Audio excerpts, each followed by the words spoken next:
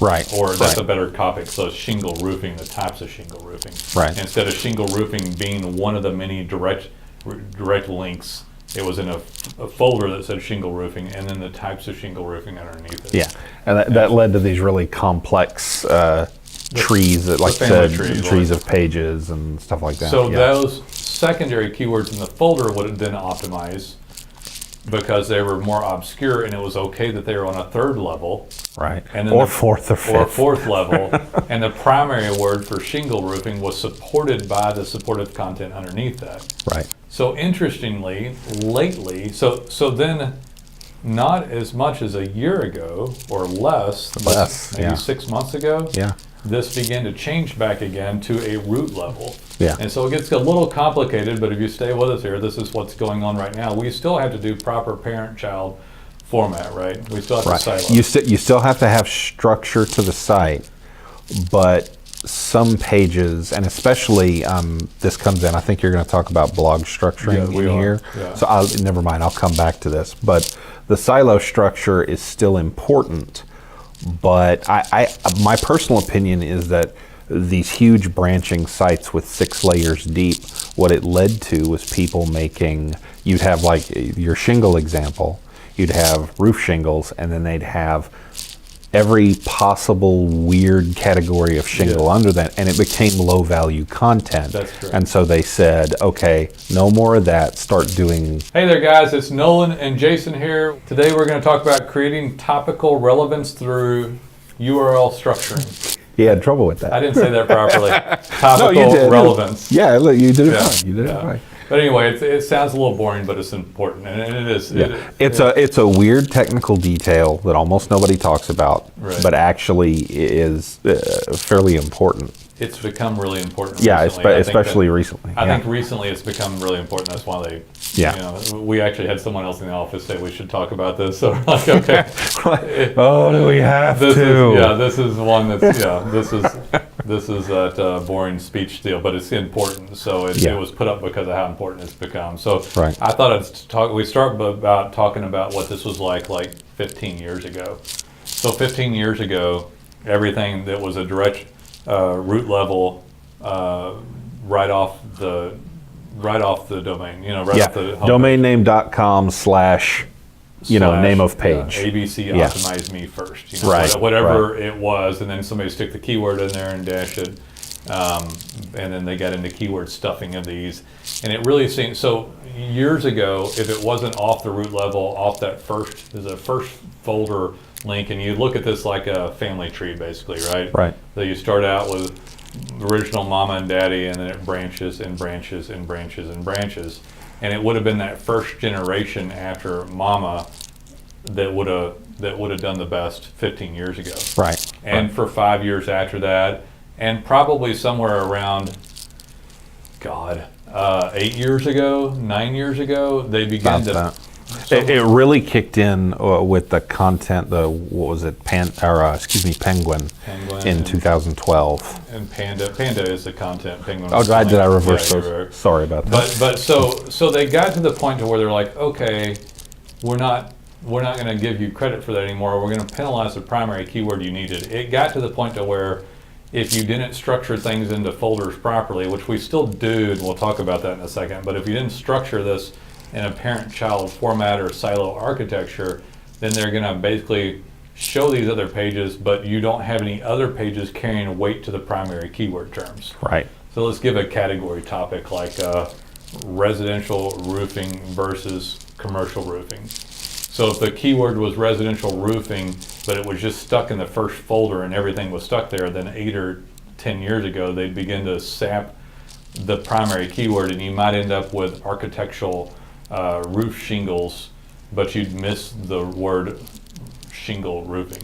Right. Or that's a better topic. So shingle roofing, the types of shingle roofing. Right. Instead of shingle roofing being one of the many direct links, it was in a folder that said shingle roofing, and then the types of shingle roofing underneath it. Yeah, and that led to these really complex trees that, like trees of pages and stuff like that. So those secondary keywords in the folder would then optimize because they were more obscure, and it was okay that they were on a third level. Right. And then Or fourth or fifth. Or fourth level.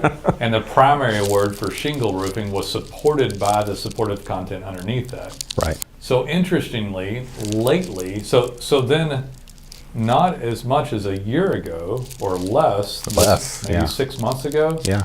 this began to change back again to a root level. Yeah. And so it gets a little complicated, but if you stay with us here, this is what's going on right now. We still have to do proper parent-child format, right? We still have to silo. You still have to have structure to the site, but some pages, and especially this comes in, I think you're going to talk about blog structuring in here. Yeah. So never mind, I'll come back to this. But the silo structure is still important, but my personal opinion is that these huge branching sites with 6 layers deep, what it led to was people making, you'd have like your shingle example, you'd have roof shingles, and then they'd have every possible weird category of shingle under that, and it became low value content. That's true. And so they said, okay, no more of that, start doing. So we still optimize for this stuff. So we still optimize for, this is almost too much good information to give out, frankly.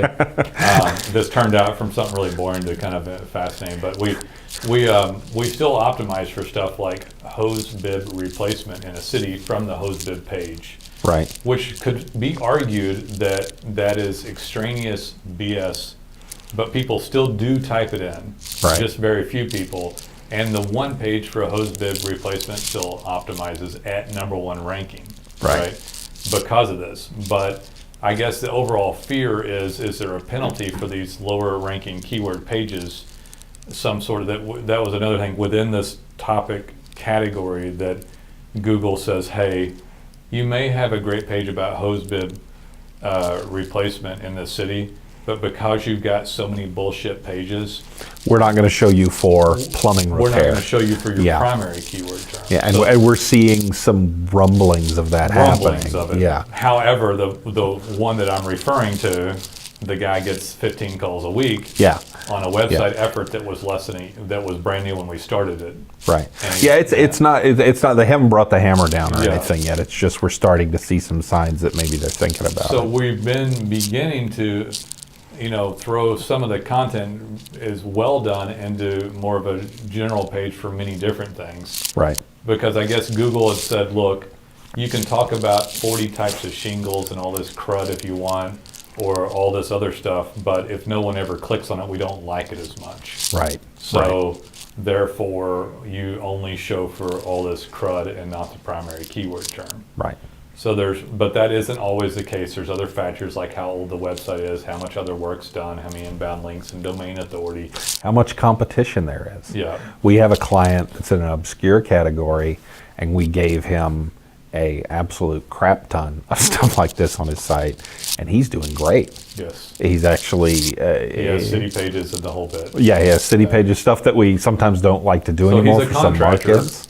And yeah. I won't even mention the I wasn't going to mention his category. It's so obscure that you could find him immediately. Yeah, if we told you what it was and you put in his business category, he's #1 for everything across like 4 states. Yeah, every city in Texas. So the reason that shows, so city pages came into question because of some of this methodology, because how far can you go down and trickle down pages, and how irrelevant is the page? Not that Google's necessarily directly against the city page, but is the city page is your website full of city pages that hardly ever get clicked on? Right. And it became topical relevance and URL structuring and depth of the page and the amount of times the page is clicked. Right. This is a really interesting. It is actually. We were dreading this, by the way. This is very interesting. We called off all the people that were going to listen way early on, and now they're all gone. Yeah, now nobody's listening. Yeah, there's one lucky individual left, and that's it.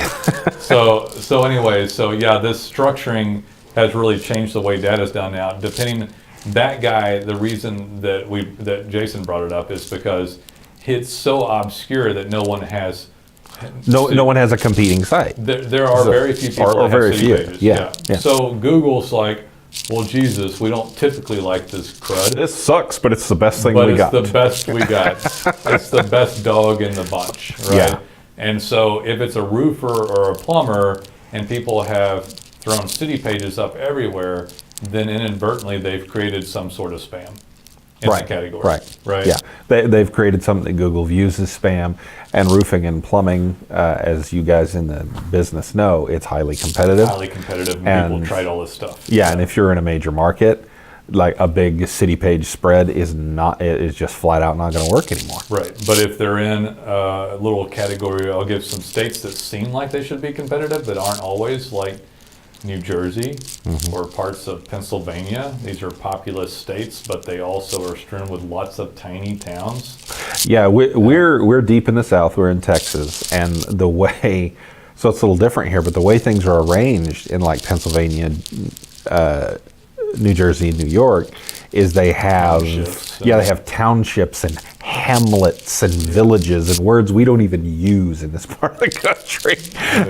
And so you can make little pages and content for all those things, and since nobody else has, it'll pop up So sometimes. the guy in New Jersey needs it. If he's a roofer in New Jersey and he's in a town of 8,000, he can't get enough business out of that town. Right. It sucks. Now, if you're in a town of 8,000 in the middle of Dallas-Fort Worth where we live, forget about it. It's not going to happen. There's 10 million people, and we have dozens of towns with over 100,000 people in them. Yeah, we have another one, I believe, that's on Long Island, New York. Yeah. And he's in this town, and this is an extremely densely populated part of Long Island, but his village or township has 1,500 people. Right. Or And so, 15,000. I can't remember. no, it was 1,500. 1,500? Yeah, it's like ridiculous because it's like there's nothing but residential blocks and stuff in this part of Long Island. My wife is from there, so I know. But you've got this little bordered area with 1,500 people in it. Right. That is just a name, but you can use that for your optimization in those cases. So when we write this page content and you have a client like that, most of the time when you call a web company, they're going to say, oh, what are you complaining about, sir? We've got you number one and Tiny village, New York. Yeah. So you're number one here. And it's like, well, dude, there's like 500 rooftops here. Yeah. And we need more for that, for plumbing or roofing or HVAC or fence and gate or whatever you do. Right. But so that guy, when they come to us, we're logical about it. We're like, okay, so we know you don't have enough there to sustain, but organic's still great. So what do we do? It's like, okay, so we still optimize the map. The internal page content might pick up another city, but you can't keyword stuff the cities and all the internal Yeah, you page can't content. you can't do a row of 5 or 6 or 10. You got to But do. you might get 2 or 3 depending on. Yeah, how we'll far- usually limit to 3 is as far as we'll go. It depends on how many characters are in those cities. That too, How many letters are literally in the city will limit this. And if it makes it look weird, like if you're Dallas-Fort Worth, it's Dallas-Fort Worth sounds fine to anybody in the nation, and especially here, and you can put it in there. You can't really do Dallas-Fort Worth Arlington, which is the new stenographer's name for us, right? And all the cartographers are actually referring to this as Dallas-Fort Worth Arlington Metroplex now. Even Plano's being listed on the end of some. Yeah, some of them, because it's getting so big. So you can't just stuff those in, and it can't just sound weird like for here, if it was North Richland Hills, Aledo, it would be really awkward, right? Because they want North Richland. So you got to be careful about the way this is structured. You can't keyword stuff. And then if somebody's in a small market area, they can expand upon their general content, but then they have to go into city pages. Right. Which then leads us to a new topic on this. Which is? Getting closer to the blog structuring. Right. So where we might go into a category and instead do something which seems insane and do like a 3,000 word page or even a 5,000 word page. Yeah, or something. we've been seeing more of that. Which long form content. Which leads back into direct, what would it like a root level or top level page, meaning abccontractor.com/the page, not / major category, subcategory, the page. Right. Which not more than 6 months ago would have been the structure, especially for a blog. Yeah. Not even blog and then the page. Yeah. The cool thing about blog structuring and as it relates to content marketing is that you kind of can get the best of both worlds. It's a backward structure. Blogging, you can have categories and tags and stuff like that, and what, if you're in the WordPress world, is called the taxonomy. But you can also have the canonical URL, which you can make off the root. Right. So you can have domain.com/name of article, and that's a root level URL as far as Google search results are concerned.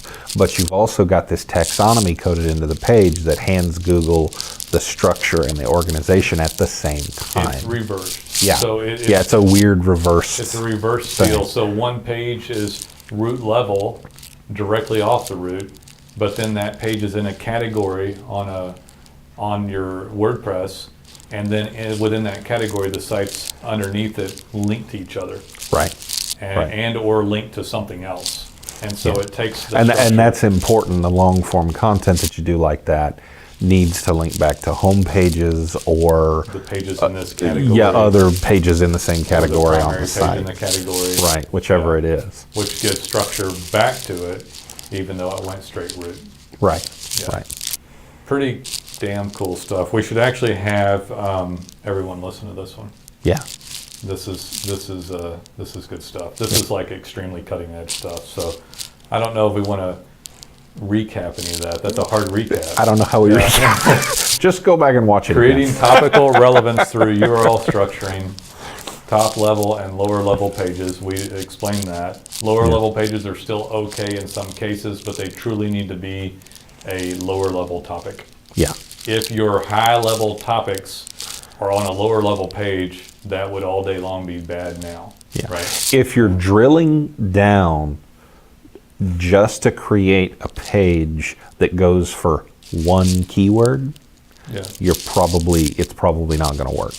Yes. Because they used to love that, Right. but they don't like it so much anymore. So you would still want to. So the recap on this is that if it's a hose bib, as opposed to the word plumbing company or plumbing repair, hose bib would still go into the service section, or grinder pump repair for a plumber still goes into an overall general pump repair page or a category of plumbing pumps. Right. That still occurs that way. If you begin to drop all this trash off the root, that might be a problem. But all primary keywords are parent. Your website still is going to have tabs and categories, and parent pages are the tabs, which are the first level, and then the categories drop underneath them. And I'll do plumbing again, so like water heater and types of water heater pages potentially. Yeah. Or if the water heater pages are too obscure, one massive page. Right. But if it goes into category structure and all the trashy long tail drops off the root, it's bad. But if it's a primary keyword category, then it needs to be dropped off the root. And then a reverse canonicalization structure, is that? Canonical. Canonical. It gives me trouble too. I have to pause when I say it. that canonical structure, did I say it? Yeah, you did. Did I You say got it? it. Okay. Yeah. All right, anyway, so that'd go back. Listen, I'm not, I know how the sausage is made, but I don't make the sausage. So I never protest. I actually a long time ago I did Dreamweaver and Yeah, and they actually built the sites and made built the sites content. and wrote the content, but We don't let him do that anymore.